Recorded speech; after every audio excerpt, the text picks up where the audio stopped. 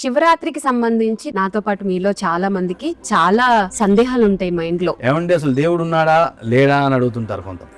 ఆ లేని వాడే శివుడు. ప్రవీణ్ గొల్లమూడి సార్, అసలు శివుడిని ఎలా అర్థం చేసుకోవాలి? శివాయ గురవే నమః అన్నారండి. ఏ గురువు లేని వాడికి ఎవరు గురువు అంటే శివుడే గురువు. చాలా మంది ఏమిటంటే ఆయన శ్మశాన దేవుడండి, ఆయన అసలు పూజించుకోకూడదు, ఇంట్లో అసలే పూజించకూడదు, స్వామివారి పైన కూడా రూమర్స్ అంటారు చూడండి. అమ్మవారిని పూజిస్తే శివుడిని పూజించినట్టేనా? అర్ధనారీశ్వరంలో ఉన్నటువంటి అద్భుతమైనటువంటి కాన్సెప్ట్ అది మనకి ఇంకెక్కడ దొరకదు. ఇంట్లో శివలింగం పెట్టుకుంటారు చాలా మంది. అసలు ఇంట్లో ఏ సైజు లో ఉన్నది పెట్టుకోవచ్చు? సాధ్యమైనంత.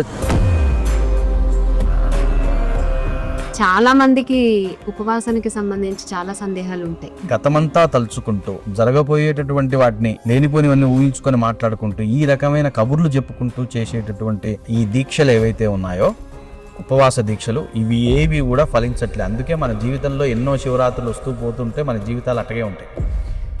అసలు జాగరణ ఎలా చేయాలి, ఏం చేయాలి, ఏ సమయం నుంచి ఏ సమయం వరకు చేయాలి? చిన్నప్పటి నుంచి చూస్తున్నా ఈ జాగరణ ఏ విధంగా చేస్తారంటే కూర్చొని సినిమాలు చూస్తారు పొద్దున దాకా. నువ్వు శివానుగ్రహం లేకుండా జగత్తుని పరిపాలన చేయలేవు. ఎందుకంటే ధనం మూలం ఇదం జగత్ అన్నారు కలియుగంలో. ముఖ్యంగా ఇంట్లో చేసుకోవాల్సిన పూజ రోజు అసలు ఏ టైంలో చేయాలి, ఎలా చేసుకోవాలి? ఆ రోజంతా ఎప్పుడు చేసినా చాలా గొప్ప విషయమే. కానీ